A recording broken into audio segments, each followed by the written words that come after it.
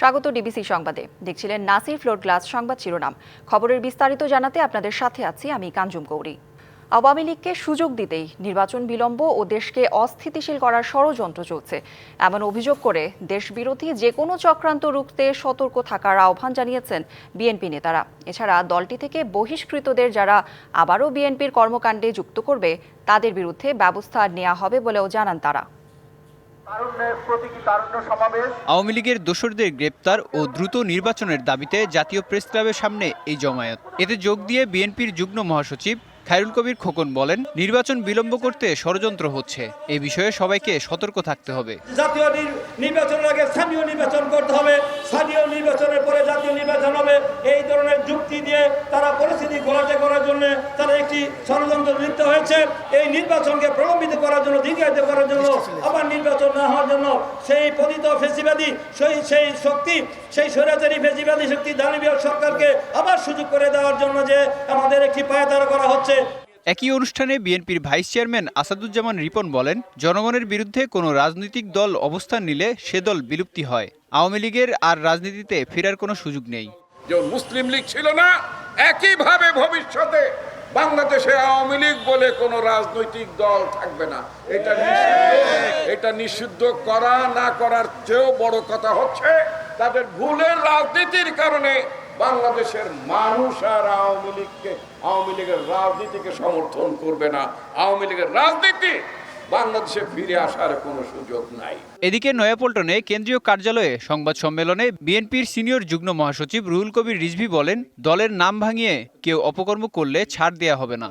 4 থেকে 5 হাজার বিএনপি এবং দলের বিভিন্ন অঙ্গ সংগঠনের নেতাকর্মী যারা দলের নামে বা বিভিন্ন অঙ্গ সংগঠনের নামে, সহযোগী সংগঠনের নামে কোনো অনৈতিক কোনো কাজের মধ্যে থাকা ঘটনা জানতে পেরে সাথে সাথে তার ব্যবস্থা নিয়েছে। সংযোজন বিয়োজন হলেও সংবিধানকে একেবারে ছুঁড়ে ফেলা কোনো সমাধান নয় বলেও মন্তব্য করেন তিনি।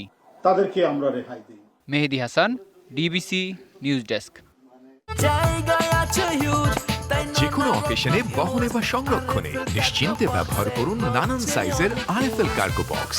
জায়গা হিউজ, অনেক ইউজ। দেশের বর্তমান পরিস্থিতিতে সুষ্ঠু নির্বাচনের কথা কল্পনাও করা যায় না, এমন মন্তব্য করেছেন জামাত ইসলামীর আমির ডাক্তার শফিকুর রহমান। মৌলিক সংস্কার করে সুষ্ঠু নির্বাচন আদায় করার কথাও বলেন তিনি। রংপুরে জামায়াতের বিভাগীয় জনসভায় এসব কথা বলেন দলটির আমির। ফ্যাসিবাদের সামান্য চিহ্ন থাকা পর্যন্ত লড়াই চলবে বলেও হুঁশিয়ারি দেন তিনি।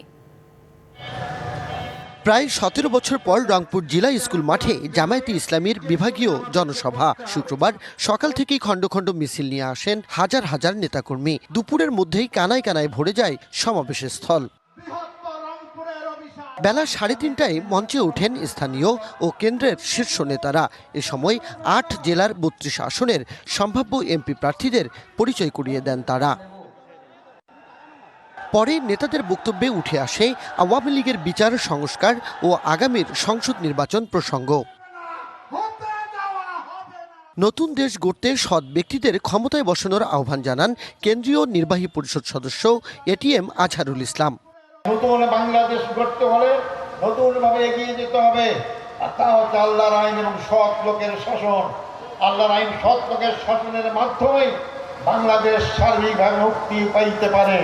সেক্রেটারি জেনারেল মিয়া গোলাম পরোয়ার বলেন, লেভেল প্লেইং ফিল্ড না থাকলে দেশে কোনো নির্বাচন হতে দেয়া হবে না। অন্তর্বর্তীকালীন সরকারের কাছে আমরা দাবি করেছি, নির্বাচনের যতটুকু সময় বাকি আছে আপনি নির্বাচনকে নিরপেক্ষ করার জন্য মৌলিক সংস্কার, অপরাধীদের বিচার, পিআর পদ্ধতি, স্থানীয় সরকার আগে নির্বাচন দেওয়া, লেভেল প্লেইং ফিল্ডের যত দাবি পূরণ না করে নির্বাচন দিলে এই জাতি সেই নির্বাচন নিরপেক্ষ হবে বলে বিশ্বাস করতে পারছি না। সুষ্ঠু নির্বাচন ও মৌলিক সংস্কারের বিষয়ে কথা বলেন দলটির আমির ডাক্তার শফিকুর রহমান। ফেসিবাদ বিরোধী লড়াই অব্যাহত রাখার কথাও বলেন তিনি। আমরা ওই সংস্কার আদায় করে ছাড়বো এবং সুষ্ঠু নির্বাচনও আমরা ইনশাআল্লাহ আদায় করে ছাড়বো। কেউ যদি আওয়ামী ফেসিবাদ আমলের নির্বাচনের স্বপ্ন দেখে থাকেন, আমরা বলবো মহান আল্লাহর সাহায্যে আমরা সেই স্বপ্নকে দুঃস্বপ্নে পরিণত করবো ইনশাআল্লাহ। কোন প্রশাসনিক কূপ করতে দেওয়া হবে না, ভোট কেন্দ্রে কোনো হস্তান্তর চলবে না, কারাগারে কোনো আমির আরও বলেন, আগামীতে সুষ্ঠু ভোটে যারা নির্বাচিত হবে তাদের অভিনন্দন জানানোর জন্য প্রস্তুত জামায়াত। Majed Masud, DBC news, Rangpur. সাংবিধানিক ভিত্তিসহ এ মাসে জুলাই ঘোষণাপত্র চায় জাতীয় নাগরিক পার্টি এনসিপি। দলটির আহ্বায়ক নাহিদ ইসলামের অভিযোগ, স্বৈরাচারের পতন হলেও তাদের রক্ষায় কাজ করছে একটি গোষ্ঠী। জুলাই পদযাত্রা কর্মসূচির চতুর্থ দিনে পঞ্চগড়, ঠাকুরগাঁও ও দিনাজপুরে কর্মসূচি পালন করেছে দলটি। চাঁদাবাজ কিংবা বিতর্কিত কারোরই ঠাঁই এনসিপিতে হবে না জানিয়ে যোগ্য নেতৃত্ব বাছাইয়ে ভোটারদের সতর্ক থাকার আহ্বানও জানান নেতারা। পঞ্চগড় থেকে শুরু হয় এনসিপির দেশ গড়তে জুলাই পদযাত্রার চতুর্থ দিনের কর্মসূচি। উদ্বোধন করা হয় আটোয়ারী উপজেলা এনসিপি কার্যালয়ে। এ সময় আওয়ামী লীগের সমালোচনা করে দলের আহ্বায়ক বলেন, নতুন বাংলাদেশ হবে ইনসাফ ও সম্প্রীতির ভিত্তিতে। ইনসাফের ভিত্তিতে, সম্প্রীতির ভিত্তিতে আমরা একসাথে এই বাংলাদেশী হিসেবে, নাগরিক হিসেবে সকল সুযোগ সুবিধা পাবো। এরপর ঠাকুরগাঁওয়ে যায় এনসিপির পদযাত্রা। পিছিয়ে পড়া জনপদটির রাজনৈতিক ও অর্থনৈতিক বৈষম্য দূর করার কথা জানান নাহিদ ইসলাম। সীমান্তে নির্বিচারে হত্যা, নির্যাতন ও পুশিন বন্ধ করার দাবিও তার। আমরা জানি ঠাকুরগাঁও এলাকায় এবং উত্তরবঙ্গের সীমান্তবর্তী এলাকায় সীমান্ত হত্যা একটি বড় সমস্যা। এই সীমান্ত হত্যা যে কোনো মূল্যে আমরা বন্ধ করব। আমরা হুঁশিয়ারি দিতে চাই, এটা হাসিনার বাংলাদেশ নয়, এটা গণঅভ্যুত্থান পরে ছাত্র জনতার বাংলাদেশ। উত্তরবঙ্গের ঠাকুরগাঁও সহ যে অবহেলিত জেলাগুলো রয়েছে সেখানে কোনো ধরনের আঞ্চলিক বৈষম্য, অর্থনৈতিক বৈষম্য থাকবে না। যোগ্য প্রতিনিধি বাছাইয়ে ভোট বিক্রি বন্ধের আহ্বান হাসনাত আব্দুল্লাহর। আপনারা যদি 200 টাকা 300 টাকা দিয়ে ভোট বিক্রি করেন তাহলে যোগ্য নেতা কোনোদিনও আসবে না। আপনার ভোটটাকে বিক্রি করবেন আর আপনাকে 5 বছর ধরে নির্যাতন করবে। ঠাকুরগাঁওয়ে দলের আরেক নেতা সার্জিস আলম বলেন, বিতর্কিত কাউকেই এনসিপিতে ঠাঁই দেওয়া হবে না। বিভিন্ন জায়গায় জোর জবরদস্তি করবেন, থানায় গিয়ে টাকার বাণিজ্য করবেন, এইরকম চাঁদাবাজ ছেঁচড়াদের আমাদের পার্টিতে কোনো জায়গা নাই। মানুষের ভালো, এলাকাটার ভালো, এই ভালো মানুষগুলো আমাদের পার্টিতে আসতে পারেন, তাদের জন্য দরজা সবসময় উন্মুক্ত। চতুর্থ দিনে সর্বশেষ কর্মসূচি হয় দিনাজপুরে। পদযাত্রা শেষে বক্তব্য রাখেন দলের আহ্বায়ক নাহিদ ইসলাম। বলেন, স্বৈরাচার সরকারের পতন ঘটলেও তাদের রক্ষা করার চেষ্টা এখনো অব্যাহত আছে। সেই ফ্যাসিস্ট সরকারের কাঠামোকে এখনো রেখে দেওয়ার চেষ্টা করছে। সে আগের সিন্ডিকেট, সে আগের দুর্নীতিবাজ, সে আগের লুটেরাদের সেভ করার চেষ্টা করা হচ্ছে। দাড়ি টুপি বা ধুতি পরলে কাউকে হয়রানি হতে হবে না, এমন বিশ্বাসে রাজনীতি করে এনসিপি। একথা বলেন দলটির সদস্য সচিব আক্তার হোসেন। মিথ্যাভাবে জঙ্গি ট্যাগ দিয়ে বাংলাদেশের মুসলমানদেরকে নিপীড়ন করেছে শেখ হাসিনা। সকল ধর্মের মানুষ আমরা সকলে ঐক্যবদ্ধভাবে সেই ষড়যন্ত্রকে আমরা মোকাবেলা করব। শনিবার এনসিপির জুলাই পদযাত্রা কর্মসূচি রয়েছে নওগাঁ, জয়পুরহাট ও বগুড়ায়। লিখনকান্তি ভৌমিক, ডিবিসি নিউজ ডেস্ক। এ যেন 5 তারকা হোটেল, কেবল সাজসজ্জাতেই খরচ 17 কোটি টাকা, আর সুইমিং পুলে 6 কোটি। সরকারি কর্মকর্তাদের থাকার জন্য ঢাকা জেলা সার্কিট হাউসে 2টি ভবন নির্মাণে সব মিলিয়ে খরচ 334 কোটি টাকা। আওয়ামী লীগ আমলের বিলাসী অনেক প্রকল্প অন্তর্বর্তী সরকার বাতিল করলেও সার্কিট হাউসের ক্ষেত্রে হয়েছে ব্যতিক্রম। বিশেষজ্ঞরা বলছেন, বর্তমান প্রেক্ষাপটে বিলাসী প্রকল্প বাস্তবায়নের কোনো প্রয়োজন নেই। রাজধানীর বেইলি রোডে 71 নম্বর ঠিকানায় অবস্থিত ঢাকা জেলা সার্কিট হাউস। সরকারি কর্মকর্তারা দাপ্তরিক কাজে রাজধানী এলে ওঠেন এখানেই। তবে ভবনটি বেশ পুরনো হয় তা সংস্কারের উদ্যোগ নেয় বিগত সরকার। 2024 সালের 9 জুন একনেক সভায় 334 কোটি টাকারও বেশি ব্যয়ে নতুন অত্যাধুনিক সার্কিট হাউস ভবনের জন্য প্রকল্পের অনুমোদন দেয়া হয়। তবে প্রকল্পটি বেশ বিলাসী হয়, সে সময় নানান আলোচনার জন্ম দেয়। 5ই আগস্ট আওয়ামী লীগ সরকারের পতন হলে অন্তর্বর্তী সরকার দায়িত্ব নেয়ার পর বিলাসী ও অপ্রয়োজনীয় বহু প্রকল্প বাতিল করে দেয়। তবে অজানা কারণে সার্কিট হাউস ভবন নির্মাণের প্রকল্পটি বাতিল করা হয়নি। প্রকল্পটির বেশ কিছু নথি এসেছে ডিবিসি নিউজের হাতে। এতে দেখা যায় 5 তারকা হোটেলের মতো সাজানো হচ্ছে পুরো ভবন। সুইমিং পুল নির্মাণেই ব্যয় ধরা হয়েছে 6 কোটির বেশি। গার্ডরুম তৈরিতে খরচ প্রায় 1.5 কোটি টাকা। সার্কিট হাউসের সাজসজ্জায় আধুনিক সব সরঞ্জাম আনা হবে যুক্তরাষ্ট্র, যুক্তরাজ্য ও জাপান থেকে।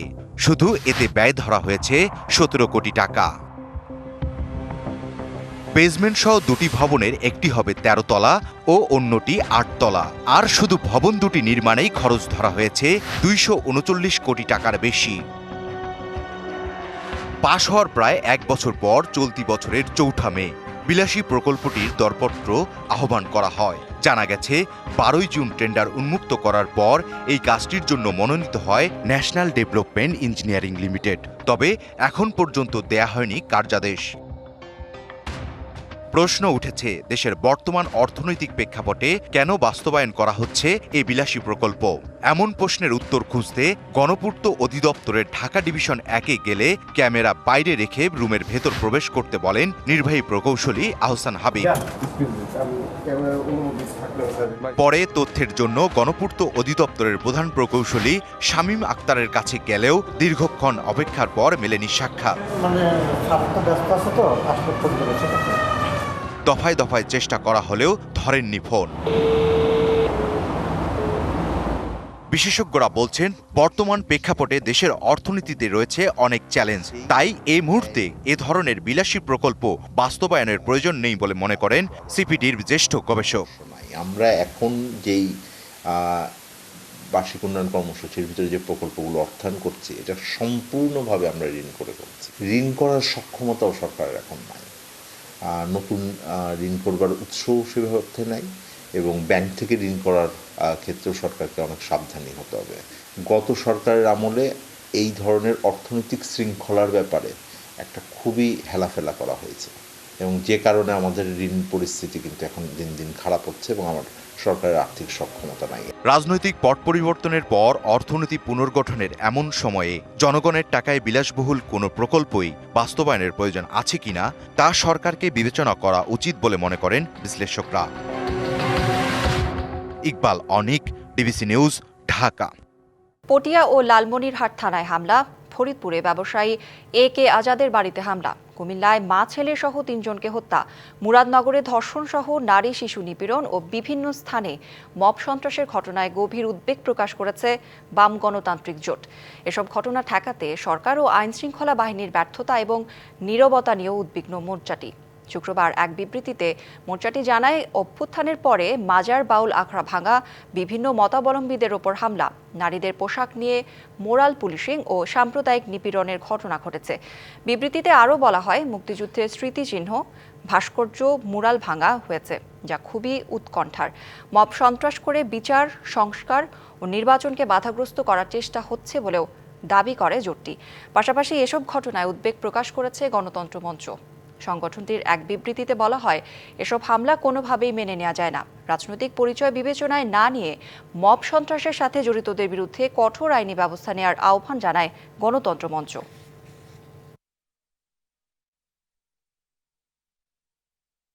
ইলিশের দাম আকাশ ছোঁয়া, চড়া অন্য মাছের দরও, তবে স্বস্তি মুরগি ও ডিমে। সপ্তাহের ব্যবধানে বেড়েছে কয়েকটি সবজির দাম।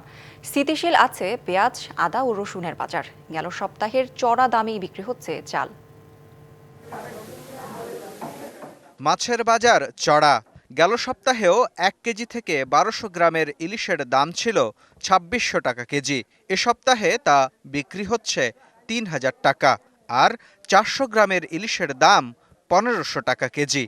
1100, 1200, 3200 টাকা, 3000 টাকা। গত সপ্তাহে আজকে প্রতি কেজিতে 300-400 টাকা বেশি। বাজারে পাবদা 400 থেকে 500, চাষের কই 250, শিং 450 থেকে 550, আর পাঙাশ আকারভেদে 200 থেকে 280 টাকা কেজি। মাছের দাম নিয়ে আছে ক্রেতার অসন্তুষ্টি। চিংড়ি মাছ 800 টাকা কেজি, রুই মাছ 360 টাকা কেজি। 200 টাকা কম হলে ভালো হতো, 500 করে নিল, আরো 200 কম হলে তো একটু ভালোই হয় সবার জন্য। পাবদা কিনলাম, রুই মাছ কিনলাম, তো সাইজ ভেদে একটু দামের কম বেশি আছে। মাছের দাম চড়া হলেও স্বস্তি আছে ব্রয়লার মুরগির দরে। বিক্রি হচ্ছে 150 থেকে 160 টাকা কেজি, আর সোনালী মুরগি 300 থেকে 320। ডিমের ডজন 120 টাকা। বাজারে পটল, ঢেঁড়স বিক্রি হচ্ছে গেল সপ্তাহের দরেই। কিছুটা বেড়ে করলা ও বেগুন বিক্রি হচ্ছে মানভেদে 80 থেকে 100 টাকা কেজি। সরবরাহ সংকটে দাম বেড়েছে কাঁচামরিচের, আর কাঁচা পেঁপে বিক্রি হচ্ছে 40 টাকা কেজি দরে। ঢেঁড়স 60 টাকা, করলা 100 টাকা। তরকারি মোটামুটি ভালো, রিজনেবল মতন। ধন্যবাদের দাম বেশি, ধন্যবাদের 400 টাকা কেজি, 300 টাকা কেজি। গরুর মাংস 750 থেকে 800 আর খাসির মাংস 1200 টাকা কেজি। এছাড়া প্রায় সব ধরনের চাল বিক্রি হচ্ছে গেল সপ্তাহের চড়া দরেই। খুচরা বাজারে মোড়কজাত চিনি 115, মসুর ডাল 105 থেকে 130 আর বোতলজাত সয়াবিন তেল 189 টাকা লিটার। বিক্রেতারা বলছেন, আমদানি করা আটা, ডাল, তেলসহ অন্য সব নিত্যপণ্য বিক্রি হচ্ছে আগের দরেই। মুস্তফা মাহবুব, ডিবিসি নিউজ, ঢাকা। জামায়াতে ইসলামী শাসক নয়, সেবক হিসেবে কাজ করতে চায় বলে মন্তব্য করেছেন ঢাকা 17 আসনের জামায়াত মনোনীত প্রার্থী ডাক্তার SM খালিদুজ্জামান। সকালে রাজধানীর বনানী করাইল এরশাদ স্কুলে ফ্রি সুন্নাতে খাতনা ক্যাম্প ও চক্ষু সেবা ক্যাম্প উদ্বোধন করে এ মন্তব্য করেন তিনি। বলেন, ঢাকা 17 আসনে স্বল্প আয়ের মানুষের মধ্যে চিকিৎসা সেবা দিতে চান তারা। সুযোগ পেলে চিকিৎসায় আমূল পরিবর্তন করবেন তারা। চাঁদাবাজদের বিরুদ্ধে সোচ্চার হওয়ার আহ্বান জানান তিনি। এ সময় জুলাই শহীদদের জন্য দোয়া করা হয়। আমরা জামায়াতে ইসলামী একটি কল্যাণ রাষ্ট্র গঠন করতে চাই, এটা শাসক নয়, সেবক হতে চাই। বাংলাদেশ জামায়াতে ইসলামী পাশ করার পরে এই জিনিসে কোনোদিন মানুষ শাসক হিসেবে কাজ করবে না, সকল দায়িত্বশীলই আশা করি সেবক হিসেবে কাজ করবে এবং প্রত্যেকটা ক্ষেত্রে মানুষের অধিকারের আদায়ের ব্যাপারে কাজ করে যাবে। 31 দফা বাস্তবায়নে নেত্রকোনায় তৃণমূল পর্যায়ে লিফলেট বিতরণ ও গণসংযোগ কর্মসূচি পালন করছে জেলা বিএনপি। বিকেলে জেলার বারহাট্টা উপজেলার উড়াদিঘি বাজারে পথসভায় অংশ নেন জেলা বিএনপির আহ্বায়ক অধ্যাপক ডাক্তার মোহাম্মদ আনোয়ারুল হক। এ সময় বিভিন্ন দোকানপাট ও পথচারীদের মাঝে লিফলেট বিতরণ করেন তিনি। এছাড়া উপজেলার 10 বাজার, ফকিরের বাজার এলাকায় কর্মী সমাবেশ ও জনসংযোগ করেন তিনি। এ সময় জেলা ও উপজেলা বিএনপির অঙ্গ সহযোগী সংগঠনের নেতারা অংশ নেন।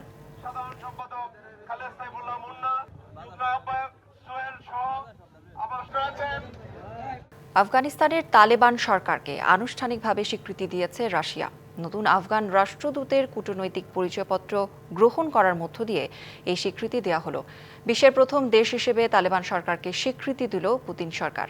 রাশিয়ার এই পদক্ষেপ এমন এক সময় এসেছে যখন পশ্চিমা কূটনীতিকরা স্পষ্ট করে দিয়েছেন যে তালেবান সরকার নারী অধিকারকে সম্মান না করা পর্যন্ত তাদের স্বীকৃতি দেওয়ার পথ বন্ধ।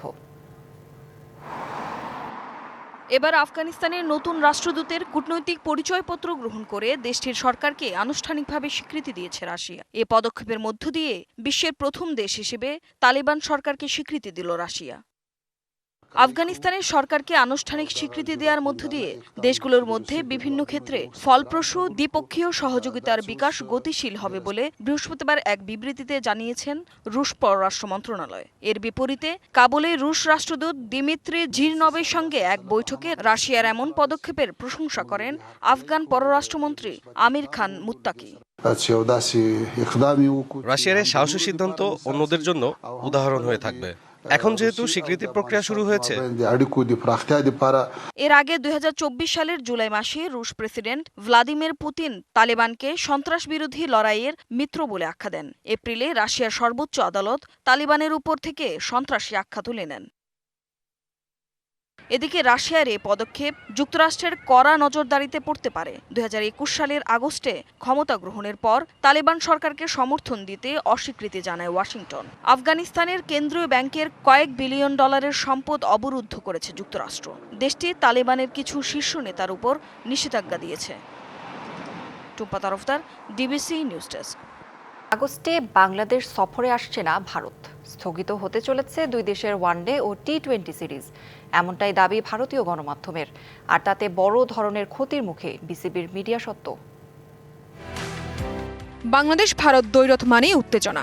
গেল এক দশকে দুদেশের ক্রিকেটীয় লড়াই পেয়েছে ভিন্ন মাত্রা। ক্রিকেটার থেকে সমর্থক সবারই আগ্রহের কেন্দ্রে থাকে বাংলাদেশ ভারত সিরিজ। তবে সহসাই দেখা হচ্ছে না দু দলের। গুঞ্জন রয়েছে আগস্টে বাংলাদেশ সফরের কথা থাকলেও আসছে না ভারত। ভারতীয় গণমাধ্যমের দাবি অনির্দিষ্টকালের জন্য স্থগিত হতে চলেছে বাংলাদেশ ভারতের ওয়ানডে ও টি-20 সিরিজ। রাজনৈতিক শীতলতার কারণে ভারত সরকার এই মুহূর্তে তাদের দলকে বাংলাদেশে পাঠাতে রাজি নয়। যদিও আনুষ্ঠানিকভাবে দু দেশের ক্রিকেট বোর্ড থেকে জানানো হয়নি কিছুই। আগামী সপ্তাহে আসতে পারে সিদ্ধান্ত। গুঞ্জন উঠেছে এই সিরিজের টিভি সত্ত্বেও বিক্রি করতে পারেনি বিসিবি। বিসিবির পরিকল্পনা ছিল 2024 থেকে 3 বছরের জন্য মিডিয়া সত্ত্ব বিক্রি করা। কেননা এফটিপিতে ভারতের মতো বড় দলের সাথে সিরিজ থাকায় মিডিয়া রাইটস নিয়ে সম্প্রচার প্রতিষ্ঠানের আগ্রহ বেশি থাকবে। তবে ভারত সিরিজ স্থগিত হলে বড় আর্থিক ক্ষতির মুখে পড়বে বিসিবি। ঘোর অনিশ্চয়তায় বাংলাদেশ ভারত সিরিজ। এই সিরিজ কবে হবে কিংবা আদৌ হবে কিনা সেটা আপাতত অন্ধকারে। চূড়ান্ত সিদ্ধান্তের জন্য অপেক্ষা আরও কিছুদিনের। Tasfia Tabassum, DBC news desk. DBC সংবাদে এই ছিল এখনকার মতো। ডিবিসি নিউজের সংবাদগুলো পড়তে ভিজিট করুন dbcnews.tv আর ভিজিট করুন ডিবিসির ফেসবুক পেজ এবং ইউটিউব চ্যানেল। ডিবিসির সঙ্গেই থাকুন।